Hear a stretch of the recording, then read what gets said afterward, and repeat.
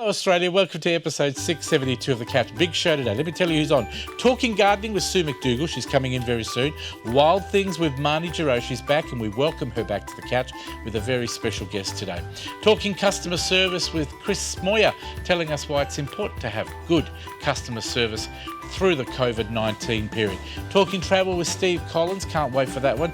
Suzanne Laidlaw, she's a sports star, she's had a tragic life but recovered. 31 years later, she's doing well, and she's now a business coach. Her husband is now a fitness instructor, and she's written a brand new book.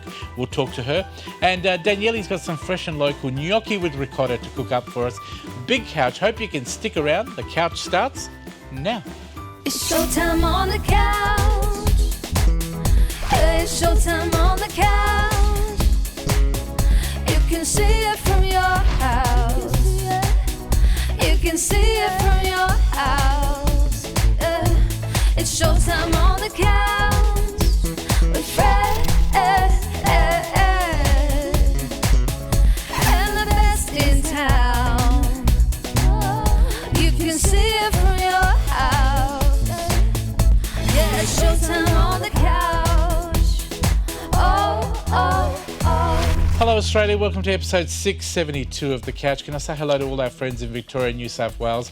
We know you're suffering with the COVID virus at the moment in Victoria. All of us here in WA are thinking of you, and if there's anything we can do, please call on us. I know we can't travel, but whatever we can do, we'll do for you. And also New South Wales, we know you're doing it tough over there. So thank you very much for being with us. And I'm glad you've joined us here on The Couch. And thank you to all those people who watch us on Facebook as well, nice and early. Marnie Giroux is back, and she's totally wild with these wild things. She's got a special guest. Nice to have you back. Over to you, Marnie. Thanks, Fred. Hi, everyone, and welcome to Wild Things. Well, it's been a crazy old year. From bushfires to pandemics, it's quite clear to see why a lot of us are getting out in the garden. Not only is it good for your mental health, you can grow some food, but importantly, you can help the environment. Joining me today is Natalie Valance from Mushade Tree Farm to tell us more. Welcome to the show, Nat. Thank you. Now, tell us a bit about Mushade Tree Farm. Well, Mushade Tree Farm was established over 30 years ago now. Right. It was basically the brainchild of my husband, Steve, and we've continued. He passed away a few years ago.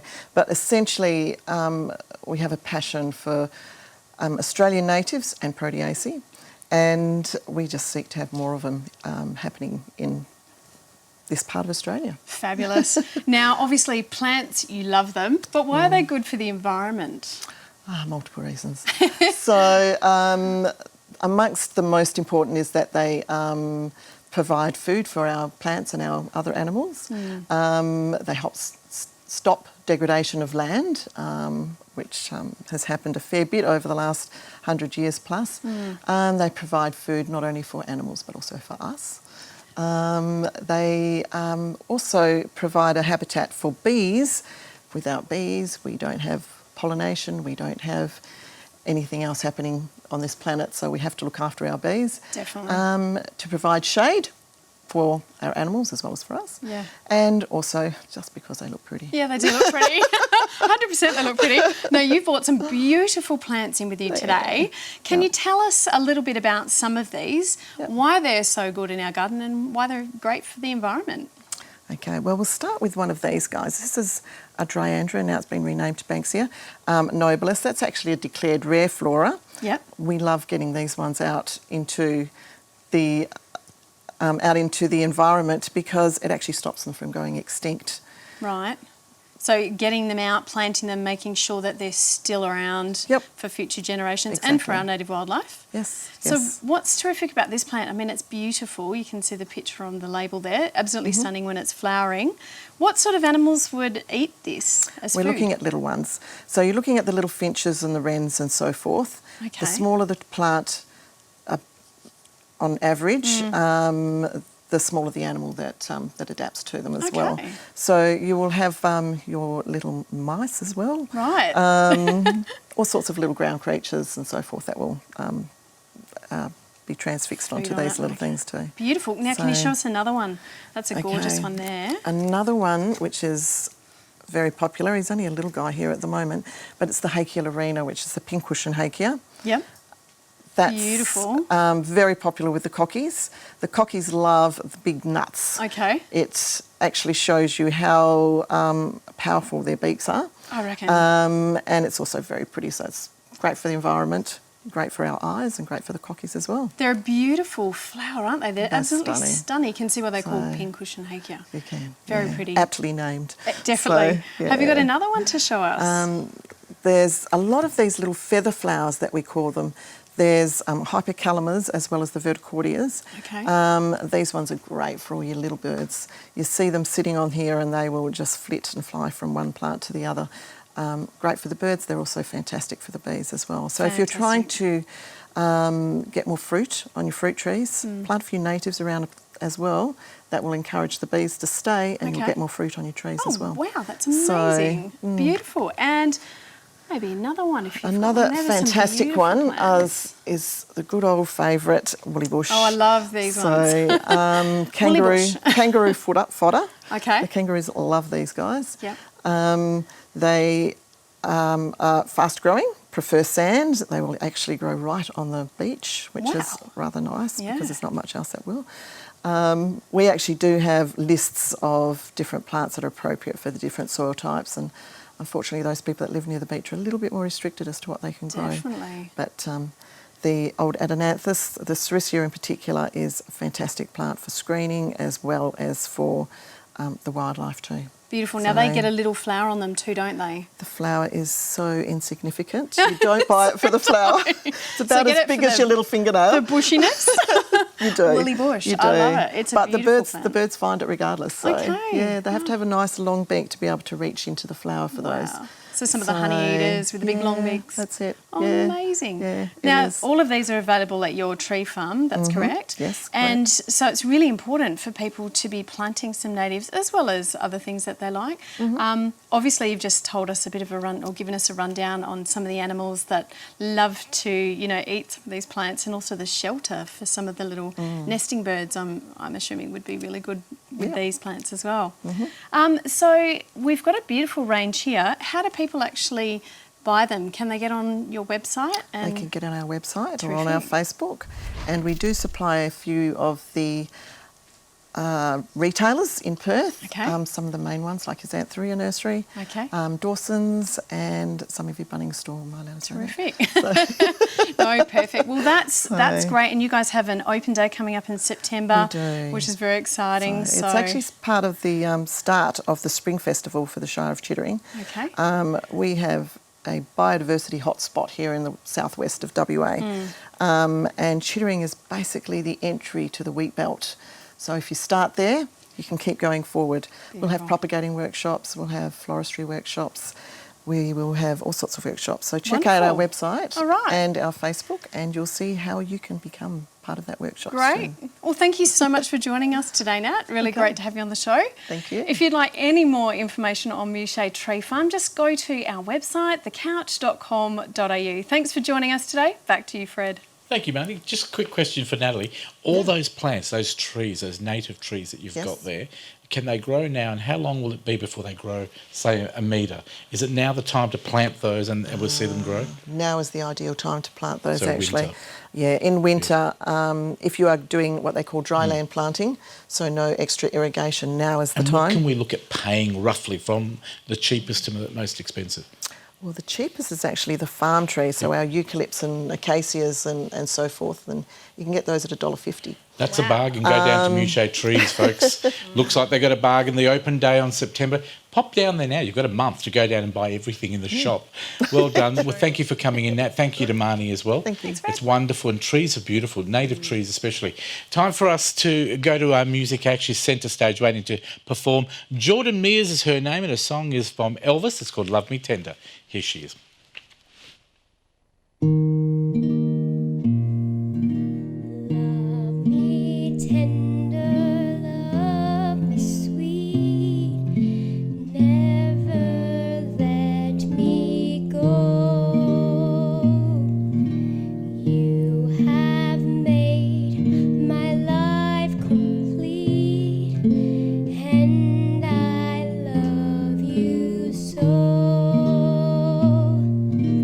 Love me tender.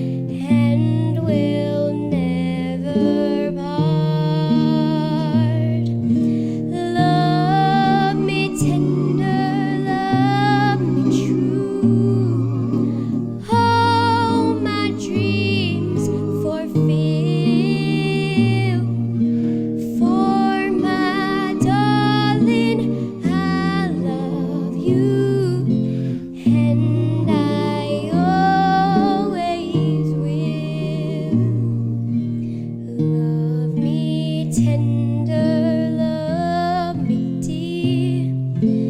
Tell me you are mine. I'll be yours through all the years, and we'll never part.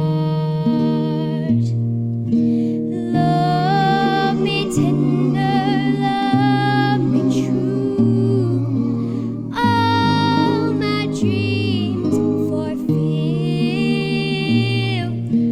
For my darling, I love you, and I always will.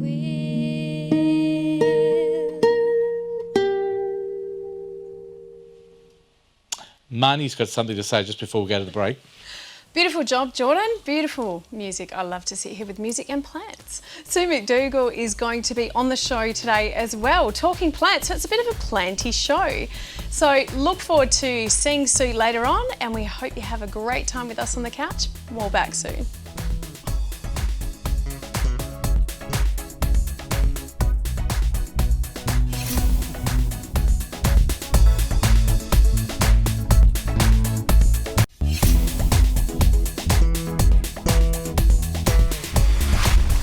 Welcome back to the couch. Time for us to talk customer service with Chris Smoyer, and with him is Nisha Seth. Over to you, Nisha. Lovely, We're thank pronouncing you, Fred. everything right today. I really liked that pronunciation. Welcome to the couch again, Chris. This is your second segment with us. Thank you. Nice to be here, but you didn't say my surname. I was going to see if you could say it Oh, twice. I can, that's Smoyer. all right. I can Thank do it you. very easily. I just gave Fred that opportunity To do today. it first, yeah. Well, welcome back. It's really nice to be back. And, you know, today what we really wanted to focus on, I think it's so important, particularly now post-pandemic as well, is some organisations are notorious for their customer service, yet we know some are really well known. So we want to know what the differentiating factors are here. So I'd love it if we could talk about that today. And can I just say, it was interesting how you actually said notorious, because that was the word I was going to use.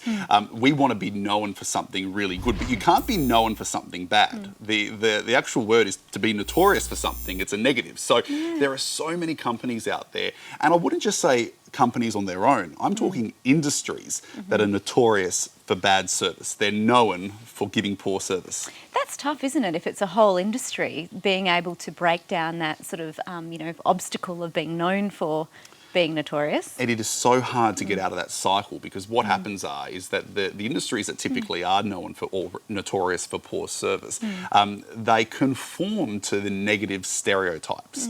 So, for instance, if you were a bank, for instance, the negative stereotype of a bank is that you would have a lot of paperwork, a lot of red tape. You would have to wait for ages to be answered, to have your call answered, and just all of the banks, for instance, would seem to conform to that negative stereotype. And it takes all we need is one to just break out of that cycle and say, well, no, we don't want to be like the others.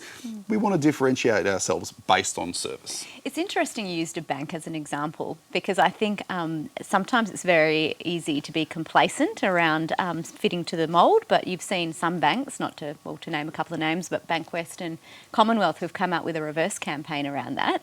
But not to stick to the bank example, but can you make any suggestions as to how we break the cycle? Yeah, so basically just looking at what the negative stereotype is and completely going against it. So if we take the Bankwest example, and it is a bit of a marketing tagline, but it's so powerful. Their tagline is bank less.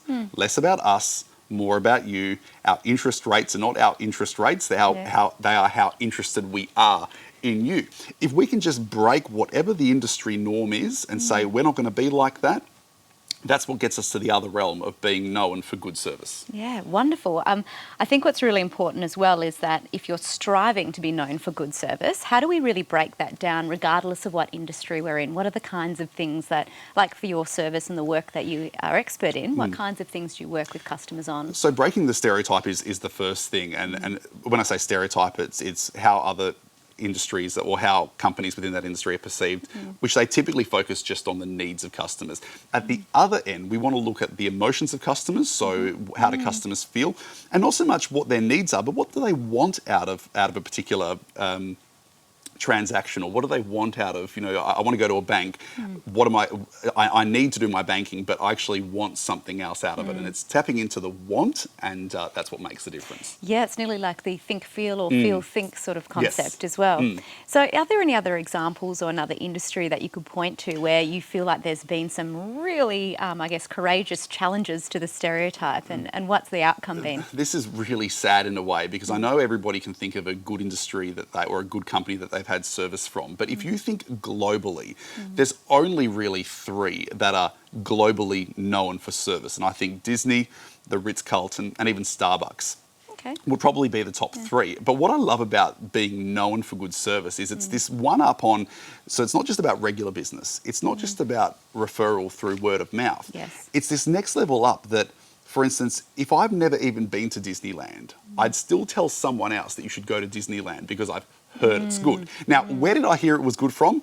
I don't know. I can't tell you who told me Disneyland service was good, but it just is known. And that's kind of the thing, that when you break out to that, that top level, and just focus on service, you push further up from regular business, from recommendations. You just become talked about in a positive light. Wonderful, and that's that net promoter score, I think, that is in a lot of surveys, right? Would you recommend it to somebody else? Absolutely, and then this is this one up though. Even if you have, because see, recommendations. If you said to me, Chris, do you know a good painter? Well, of course I'll give you a painter that gives good service. Or do you know a good restaurant? I'll recommend a restaurant that I went to that has good service, because typically we recommend based on service. Yes. But that's solicited recommendations. You're asking me, what would it take for me to be at a barbecue with you? We're just chilling, we're having a weekend barbecue, we're catching up, and all of a sudden I just decide to raise a topic and raise a conversation. Say, hang on a second, let me tell you about what happened this week. Let's have a conversation about this, completely unsolicited. And that's that next level up. Wow, that's like the way of life in terms of you think of that industry and you think of that product, or you think of that brand. Exactly. Out of context, that's the point. Yes. Wonderful. So really, really excited to learn more from you as you come on from more and more segments. But if people do want to ask you some questions, where can they go to find out more? Well, it's going to be great to be back, definitely. And thank you for having me. But if you do want to get in touch, chrismoyer.com is my website. And please reach out there, have a look at some stuff that I've got online, and hopefully see you through the camera at the next couch that I'm on. Wonderful. Thank you so much for joining us, Chris Moyer. And I did pronounce it appropriately then, did I? Absolutely. Wonderful. Yeah, my pleasure. Thanks. So if you missed any of that, go to thecouch.com.au, our Facebook page as well. But for now, it's over to our lovely Fred, who is in the kitchen. Thank you, Nisha. It's time to talk gardening with our favourite gardener on the couch. It is Sue McDougall. Welcome back. Oh, good to be here. Thank you. How is your radio show going at 6PR? Fantastic. I mean, we're right in the middle of everyone just being inspired to grow things. Yep. So, and did you tell me that it's now 1 year that you've been on your own? Because I know you used to co-host with somebody else. That's right. It's your own show now, isn't it? it certainly is. And we've had 1 year this weekend of celebrating gardening with Sue McDougall. So and it's those people so much who fun. don't know where you are and what time, you're at 6PR. Yes. 882 6PR. You can actually listen to her online on 6pr.com.au. But what time? 6 to 8 on Saturday? Yes, 6 to 8 on Sunday? It certainly is. And then I come in, join Simon between 2 and 2:30 on Thursday afternoon. So, beautiful. So you've got no reason to miss her. Now, today, what are we talking about? well, we are talking most beautiful winter wonders. So what's looking fantastic in the garden? I've zipped around my garden. Hopefully, Fred, I can inspire you. The colours are beautiful. Yeah, that's stunning. And also we're talking probably things that are easy to grow, water-wise plants. Okay. So these ones, some of them are West Australian native, some of them are exotic, some of them are deciduous, and they are just, the bees love them, the birds love them, the water, all of these are, I would say, water-wise. I was going to ask you, these sort of plants, why are they good for the garden this time of the year? This time of the year, anything that adds colour. We think winter and we think how dull and dreary it is when it's raining, but just to add colour, it's so important to put some brightness. We tend to get inspired in gardening world in spring. Head to the garden centre and then think, oh, I'll grab this one, and not even visit the garden centre through winter. So my big tip is to go for an outing, go every 4 to 6 weeks. Yep. Go and have a look and see what's do you buy beautiful. these already grown, or do we buy them as seedlings? Well, we buy these as pots about 5 this centimetres high, to- Yep. 20 centimetres high, already growing.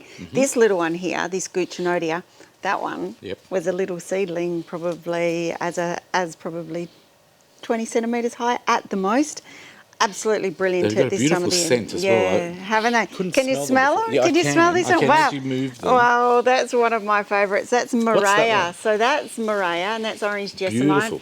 And that, look at the foliage. I mean, the foliage is dark The green. colour is It's incredible. Absolutely brilliant. That's a screening plant. So that's one you can use screening whether you're growing around your pools, in a pot, in a courtyard. They are absolutely fantastic. And how long do these take to grow to the size you've got there? Well, it depends what we've got. So we've got this one as a standard shrub. We'll be planting that one in the ground within 3 years. Okay. It's going to get up to And a they'll 3 metre last hedge. a long time? These ones are good value. They Okay. last That's forever. really important because I know I've bought the cheap $2 little flowers and they look beautiful for a couple of months and then they're gone. And they're annuals, so they're what I say, the little frilly plants. Yes. They're the ones that will give you colour. These ones are the standard, so when they're not in flower, like this one here, when it's not in flower, it's going to have beautiful green foliage. And so the bees, at the other time of the year, the bees will move on to another plant. Yep. This one here, flowers all the way. So this is ornamental quince, a grandma plant. So it's been around for a beautiful, long but time. the colours are Now, just amazing. This plant will flower now right through until October. So Okay. you'll get flowers not only in winter, Fred, but In summer as well. Well, coming up when the warm, Soils. easy. What sort of soil do we need to put them in? We have wonderful sandy soils, easy to dig a hole. So wherever Okay. your garden is sandy, we add organic soil improver. So as a fantastic. general guide, we're looking at about 1/3 soil improver to 2/3 existing soil. Dig that through. And most important tips, we need to look at soil, water, improving it, and mulch. And no so- fertilisers? No need? Controlled release fertiliser with all of Controlled these. So release. many of these are native plants, so we get native plant fertiliser. And what's a There's good slow release fertiliser? What's a good brand? Controlled release, a good Controlled brand release. is always Osmocote. You Oh, can't go well wrong. known, Yeah. How long has Osmocote. that been around for? Oh, at least longer 40 than years. me and you, I think. I think so, even longer than 40 And years. did you say we can eat some of these plants? Well, this one is the gelatin wax, what we call gelatin wax camelosium. So that one You can eat the flowers? We use those for decoration. Okay. So they've got quite a strong flavour. So if you decorate any edible, any cakes or anything with that, they're They look quite beautiful. They're absolutely stunning. They look and beautiful in a vase as well, in the corner of your They kitchen dining. last Beautiful. forever. So Oh, when okay. as a cut flower, they last for a long time. And this one in particular starts off pink. See how you notice Yeah. that the flower's quite light to start with, and it fades to dark. So as the flower stays on the bush, you Yep. get these beautiful multicoloured, stunning Beautiful. show. And the more you pick it as a cut flower, the more flowers you'll have next year. So would these be called wildflowers? Not all of them, no. See, ask a them are. gardener when you want to know the truth. Well, They're some just of them are beautiful, like aren't they? I do well, love them. I just Anything want- else we need to know about those? I wanted to brighten up your life. You Fred. certainly have. Yeah, exactly. When I saw them coming, because we talked about edible plants, Yeah, we're we going to did. do that as a segment outside. I think we'll do that when the weather's better. But this beautiful colour. When I saw them, I thought, do we eat these? They're so beautiful. I was inspired because many people say, what do I do to my garden at this time of the year? And I wanted to say, look, it's all about colour. It's all Correct. about brightening up the area and bright colours. I mean, yellow to me is such a happy colour, do like isn't yellow it? and Yellow's pink. fantastic. Red makes green leaves And it look stands out. fantastic. Exactly. Do you know what I think? I think you're right. In gardens now, with this, you know, it's a bit cloudy, a bit grey, putting some beautiful flowers around the outside of the house just gives you some happiness, gives some brightness, I think. So Some life. Some life. Good idea. Citrus fruits. Tell us about the ones we've got. Well, Do you want me to I'm hold them up? You can absolutely tell me what we've got. I can. So what we've got there is a mandarin Allendale. So Now, these are all from your backyard. these are all. So there's 11 different varieties in Okay. here. These are all from my backyard. Well, as you So- tell us what they are, I'll put them to the side. So Yes. that's a mandarin. Yes. So that's lemon eureka. Now that is the lemon to grow Oh, if you want beautiful. lemons all year round. That's the tart, strong lemon. You'll be able to feed the street with that lemon. Beautiful. So fantastic. Now Okay. that What's one, that one? that one is a Maya lemon. See the difference in colour? That's a Oh, mild it does. flavour. It's darker, isn't it? Much darker in What colour. do you do with that one? Is it more for squeezing into juice? Yeah, Or... very juicy. That one fruits through autumn and winter. Yep. Beautiful. And not as tart. So you'll have a lemon that's very mild in colour. Well, this one's nearly ripe. This one's Baby actually mandarin? honey murket mandarin. Honey Divine. murket. So what's Absolutely. the difference? It's really dense texture. So you don't actually see it around very much in the shops because it's got quite a few seeds. Oh. But the flavour is Amazing. second to none. The flavour I is amazing. found that with Yeah. mandarins in the shops Yeah. at the moment, they're very flowery. They look big. You peel all the thing off and all the peel. And that tends to be, this one here tends to do that. That's Mandarin Emperor. And Emperor does the same thing. It gets a little bit dry and flowery and fluffy. Not my favourite, but it looks good. It looks awesome. Really the thickly. colours are what gets me. This one, is it a lime? You know what that one is, lime. yeah, exactly. I've got a tree of those. Tahitian lime. And the trick with those, you eat them when they're green. Yep. And as they get older, they're yellow. That's right. And they fade. So you can have them any time of the year. Many people miss them on the tree because they're green. Yep. So Tahitian lime is the best plant to put in a pot. Is that a similar lemon to the other one? That's a lemonade. Have you ever grown those? No. They are another brilliant plant. So what would that be good for? So you eat them as you're eating so you peel them and eat them, and they're sweet, super we sweet. used to slice lemons and put a bit of salt on them when we were kids, but they're the bigger ones. Okay, was that like pomelo type Yes. lemon? Yeah. So these ones, you peel them, you eat them. They start off a little bit tart at this time of the year. By November, they're super sweet. Beautiful. They are absolutely This good. one, is it a tangerine? Tangelo. Tangelo. So these are key. They start this amazing colour at this time of the year, and then 4 weeks later, the fruit is super sweet and juicy. The colours are just beautiful. The on all of colours, them. I know, are just there. inspiring. That one? So that one's Mandarin Daisy. That's another one that tends to get a How bit do you forgotten know about. the differences? Is it just I you've don't got know, used I just to it? know. No, you do get to know the type. that they are. That's And this right. one, juicy, sweet? Beautiful. I ended up with that one because it was a plant that not many people knew about. Yep. Prolific fruiter and amazing. And these are mandarin as So that's well. another mandarin, but that's the Japanese seedless mandarin. So Can know you the get all 28 these? parrots love Yes. them. Oh, lovely. They eat them really bad. And just So, quickly, we've got yeah. this one. Yeah, that's a Lane's Late navel orange on its Navel way. orange? Yeah, and then And these two. those two we've already said. They're all the same one. We've already got honey. Now, Sue, all of these amazing citrus fruits, are they all in season? All in season. So this is just picked now, all winter from the fruits, tree. all picked from the tree, can grow very easily, and all of them can grow in pots. Now, if we need to get any of these, we can get them at the Bunnings stores or Garden centres? garden centres. Yes, And they're not that available. expensive, are they? They're about $20 a tree, I guess. Probably up to 20 or 30, not and bad. great value. And how long should we wait for trees to fruit? Don't let them fruit for the first 2 years. So pluck anything that sets for the Yep. first 2 years. After that, then you can let them fruit as much as you like, but it stresses the tree a bit too much. Fantastic. Sue McDougall, once again, you've done it again. Amazing citrus fruit, beautiful flowers that colour your world. Yes. Where do we find more information about Sue McDougall and her gardening program? Yeah, you can go to gardening@6pr.com.au or 6PR website, or if you'd like to email me, that's the email address. Yep. Or 6PR Gardening with Sue McDougall Facebook. You'll find lots of tips and tricks there. Check her out. She's there Saturday mornings from 6 to 8 and also Sundays from 6 to 8. And then the afternoon, Thursday afternoon Thursday from afternoon. 2 to 2:30. that's Sue McDougall talking gardening here on the couch. Do you know what we're going to do next time? I reckon we do something outside. Okay, deal. Sue McDougall back very soon on the couch. Time now to talk travel. Steve Collins, where are you taking us this week? Thanks very much, Fred. Yes, today we are going to talk about Western Australia's granite outcrops. We're going to what they call the Golden Outback. This is in the wheat growing area of Western Australia. It's the most beautiful place.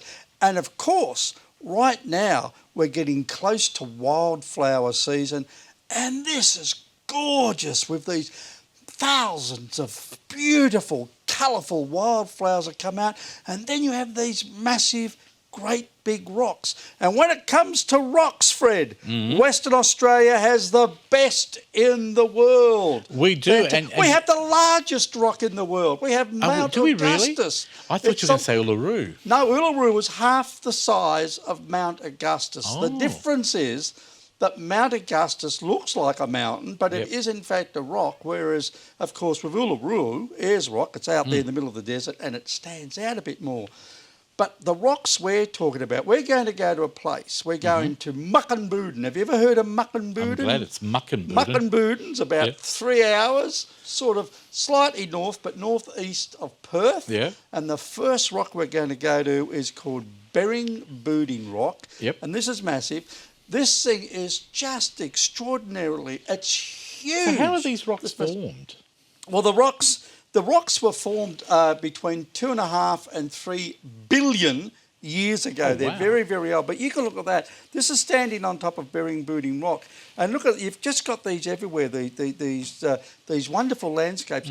This has got one of the largest water reserves in Australia here. It holds over 10 million litres of water, and it was built during the Depression years. And you've got all these fabulous rock formations. You've got gamma holes. Now gamma holes, they're natural water holes in the rock. Oh, wow. It's just fabulous. And you stand up on top of this thing and you look out, and the scenery is fantastic around you. Very easy to climb.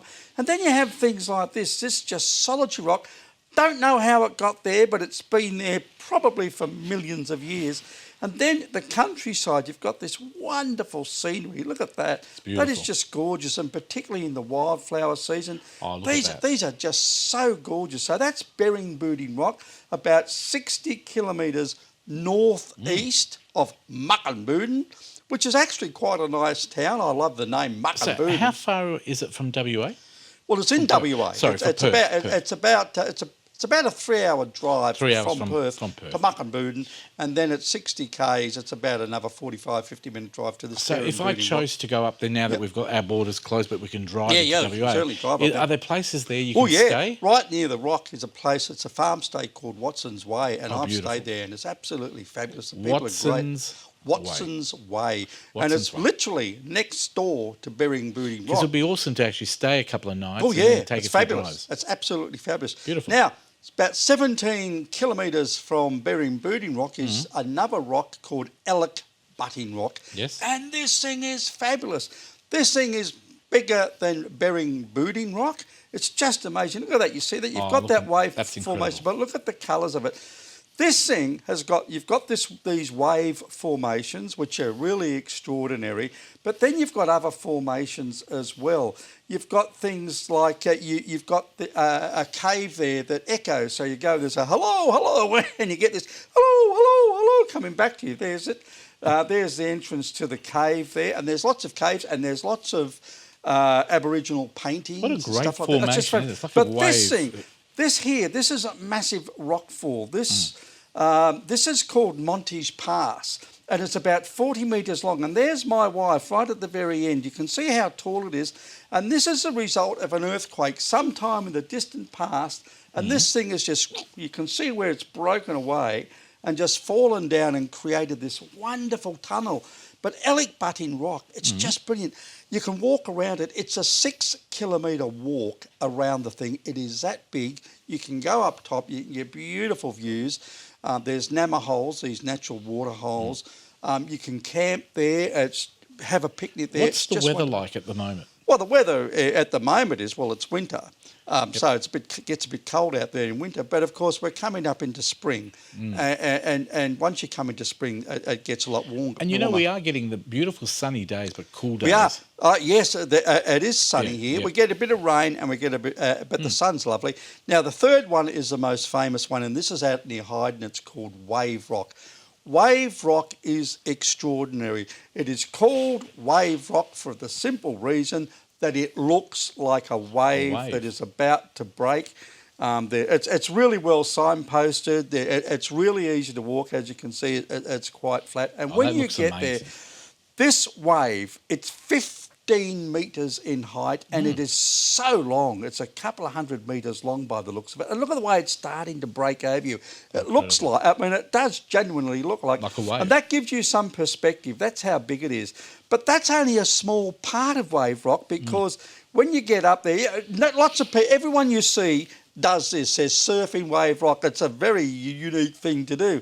That's Wave Rock from the top, and you can see the curves, and that's caused by wind and water over millions and millions of years. Wow, there's a reservoir up the top, and it's massive up the top. You can go for a long walk up the top, and there's bushwalks and everything. This is called Hippo's Yawn. Yeah. And it does look like you're entering a hippo's mouth. It is an extraordinary cave, and that's looking out from Hippo's Yawn. It's just the most brilliant thing. This is about another 3-hour drive, almost directly east of Perth, out near a town called Hyden, and right opposite Wave Rock. It's tremendous. You've got a couple of museums. You've got a toy soldier museum with them all painted and like they've recreated famous battles. There's a lace museum there because a lady that was living there, she had been an aristocrat from a stately home in Britain, and she brought out this fabulous lace collection there. There's an animal farm nearby. It's a really good place to go I and guess visit. with the borders being closed here in WA, a lot of people are saying, what do we do? What do we do? This is something This you is can something to do. Get in a car Yep. or take a caravan. Yep. Stay at these There's amazing camping little out there. hotels. There's camping. motels nearby. Beautiful opportunity to see some Watson's of. Way, farm Yeah. stays, all sorts of I things. think it's just to see something you wouldn't normally see. And the other thing about it, this is an extraordinarily beautiful part of Western Australia. You've got these wheatlands, you've got these granite outcrops. They're everywhere throughout the wheat belt. I've just picked out 3 of the most fabulous ones, but they're Looks everywhere, great. and it's just a great place. And go and while you can, if you're living in WA, go on holiday in WA. You will see places in WA that you couldn't even imagine have existed. It is just fabulous. Beautiful. More information. Where can we go to your website? Well, you can go to Steve Collins, travelcorrespondent.com. Now, you know, like, earlier before you came in, I was Yeah. having some Tangelos. Yeah. Are they Sue McDougall, I'm Tangelos? going to give you some. Thank you. We're going to try it out for a Well, break. Sue's, I produced Sue's garden show for know. about 15 years. So we're going to try them. Go. All right. Let's try them. These are, Tangelo? Sue, this is the Tangelo you gave me. Okay. Hi, Sue. Oh, Not bad. it's, it's wonderful, isn't it? It's It's really good. very, very tart, isn't it? Yes, I'm enjoying that so much. Thank you, Fred. Thank you for sharing that with me. Really good. Yeah. Yeah. Oh, better have a bit. Oh.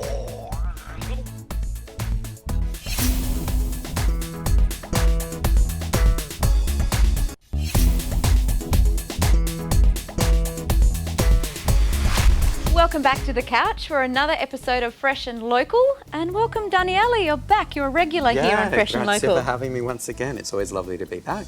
And we're always very excited about what you're actually cooking. So what are we going to be cooking today? We're doing a simple ricotta gnocchi recipe. So gnocchi. Sounds amazing the way you say it. Yeah. So gnocchi traditional. Well, most people think gnocchi is always a potato base, which is what we normally see here. But gnocchi is really a form of dumpling. So in Italy, they can be made from things with traditional flour, ricotta cheese, pumpkin, semolina flour. So it all depends on different regions of Italy. Wonderful. So today we're making ricotta ones. So the reason I love this recipe is that it doesn't take very long at all. So normally with gnocchi, when we make potato gnocchi, we need to wait for the potato. We need to cook the potatoes. We need to wait for them to cool down. We need to mash them up. So how long from start to finish? Well, this one literally the prep method is like only a couple of minutes. So yeah, So and then cooking obviously like normal pasta cooking time. So basically with this one, we've just got 250 grams of ricotta. So I like to use local produce. There's a really wonderful cheese place, Delizia Latticini in Vic Park.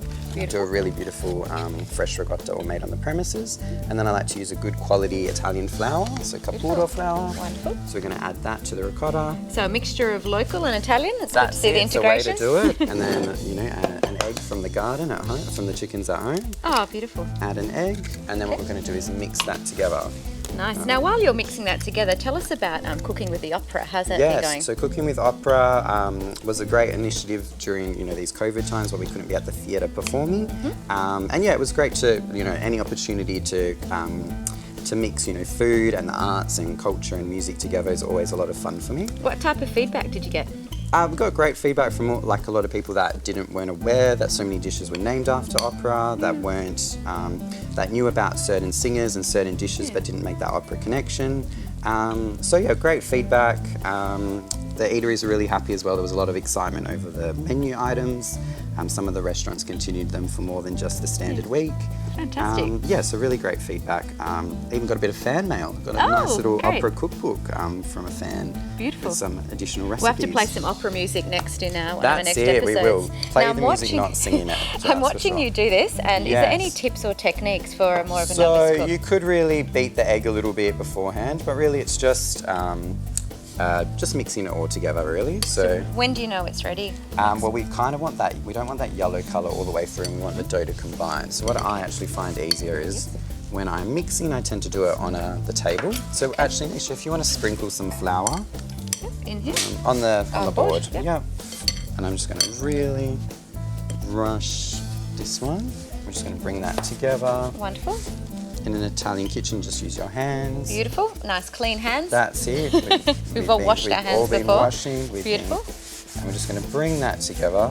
So do you do this for dinner parties? I bet you have a lot of nice dinner Yeah, parties at so your house. gnocchi, this is an easy one. I sometimes invite my guests over and we cook together beforehand because, lovely. you know, it's important everyone gets to learn where all their food comes from. Beautiful. And you could use the whole table, couldn't you, as well? Yeah. You don't have to stick to a board. So like to use a bench or a board, it's just easy to clean. Yeah. So basically you would mix that a little bit more ideally. Okay. Beautiful.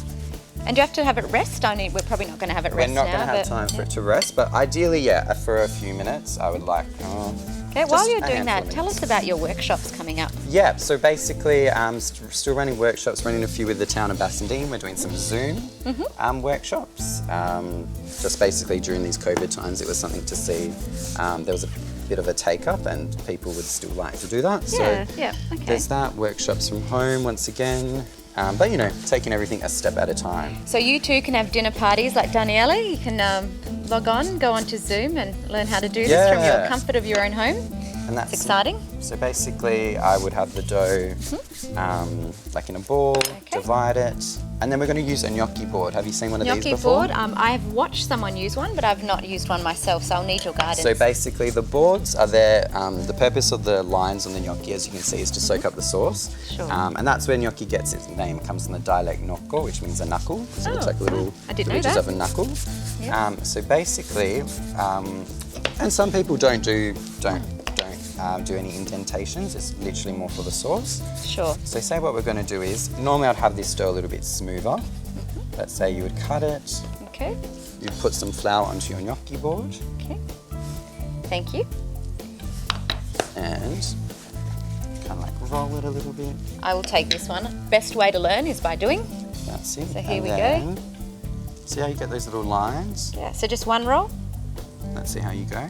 Yeah, Maybe but a bit little harder. bit more of an indentation, like a little... There we go. There we go. There you go. And we'll learn. Thank you. Look at that. So And you then- want those rigid lines. So those lines are going to help soak up the sauce when you're cooking. Wonderful. So we then bake. So what we'll do is we'll cook the pasta in some boiling salted water, Lovely. and then you can pretty much cook that gnocchi dish with anything. A nice butter sauce, a nice fresh pasta sauce and pesto.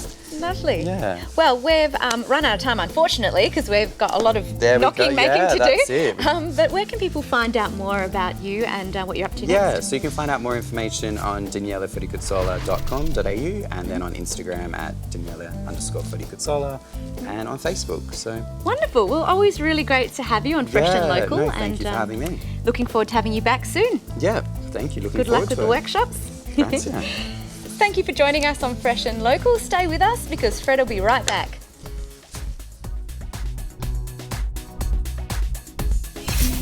Connect with the Couch online through Facebook, Instagram, and YouTube.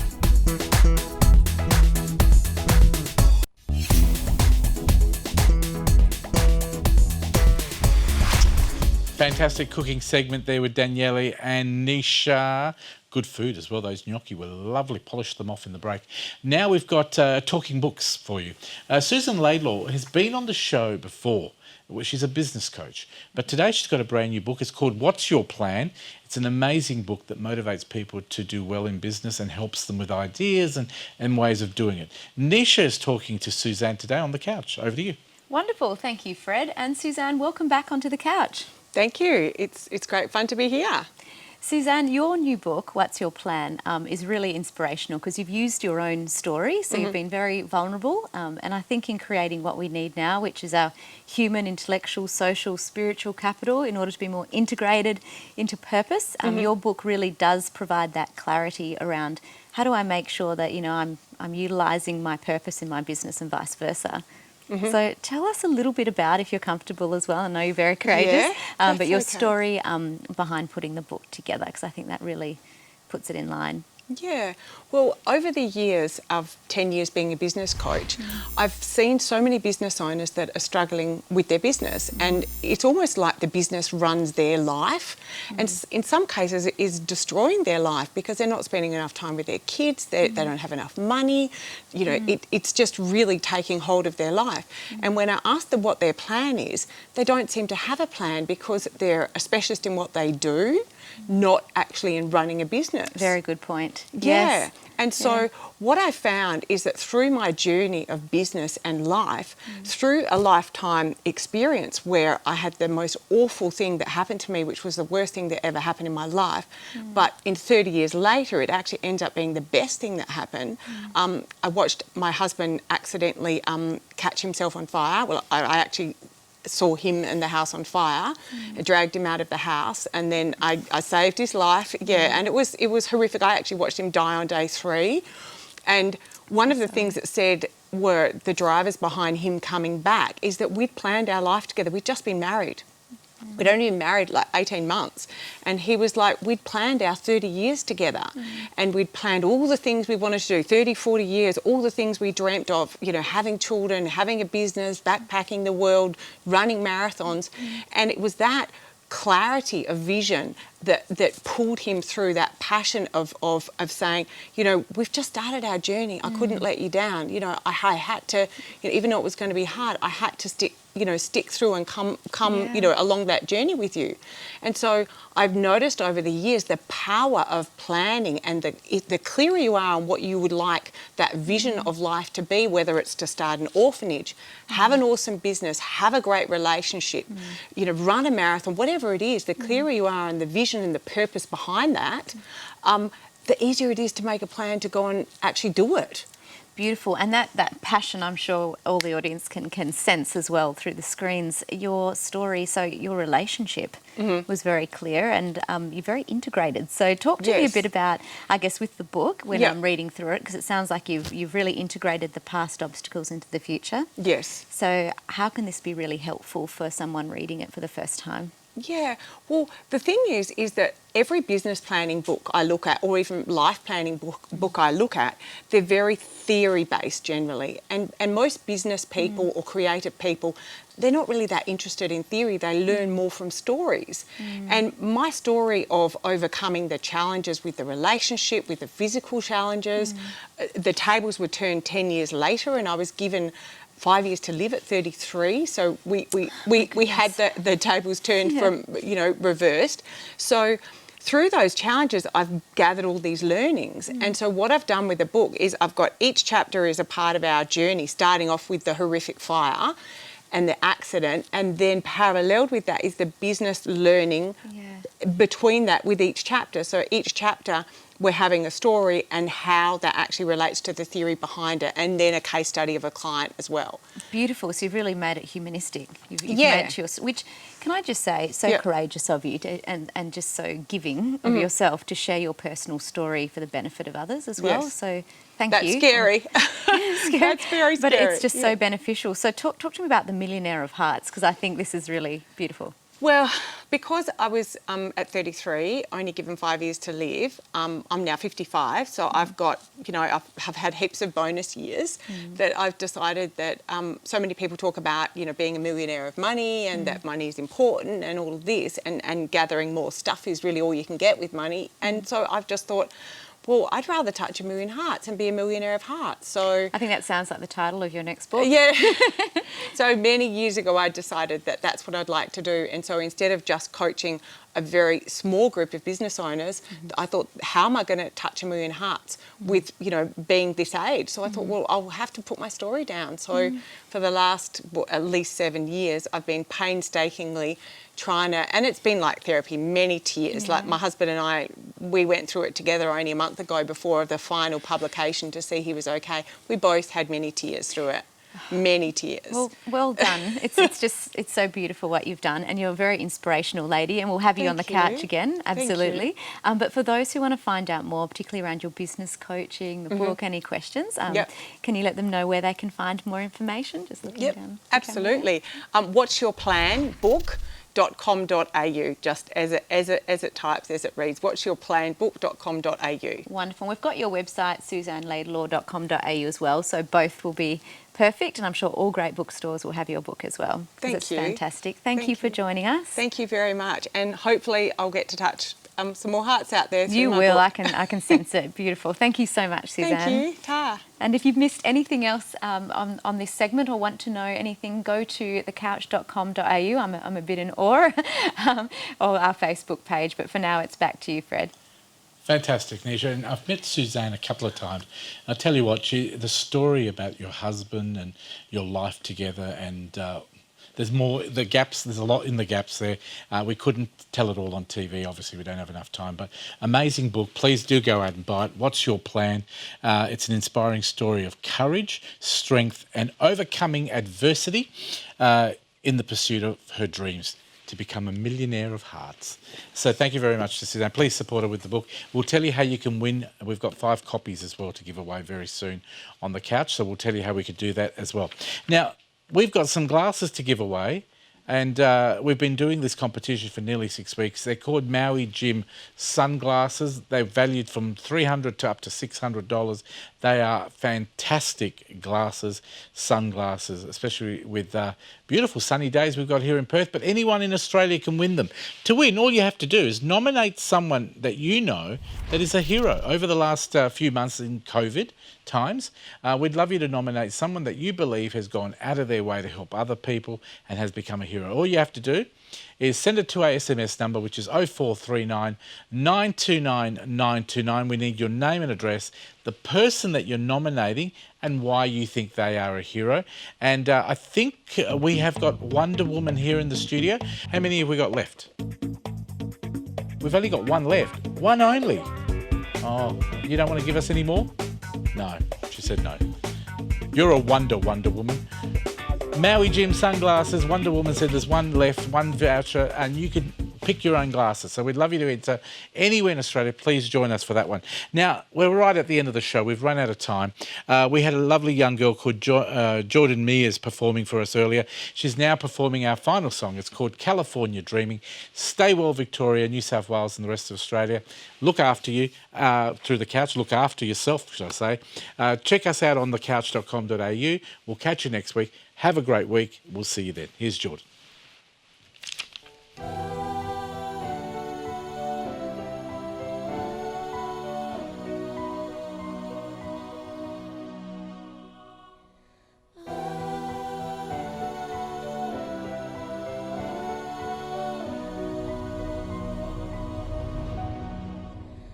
All the leaves are brown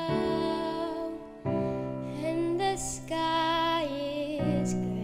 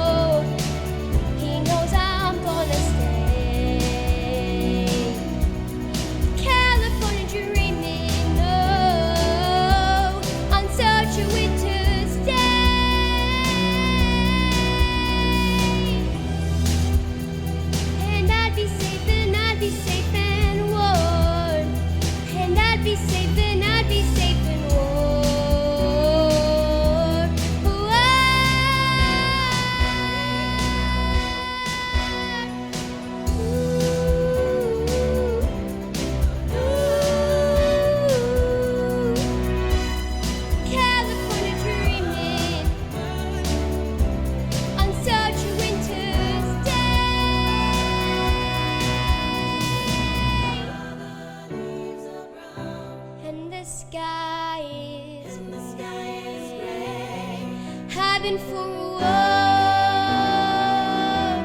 on a winter's day. And if I didn't go,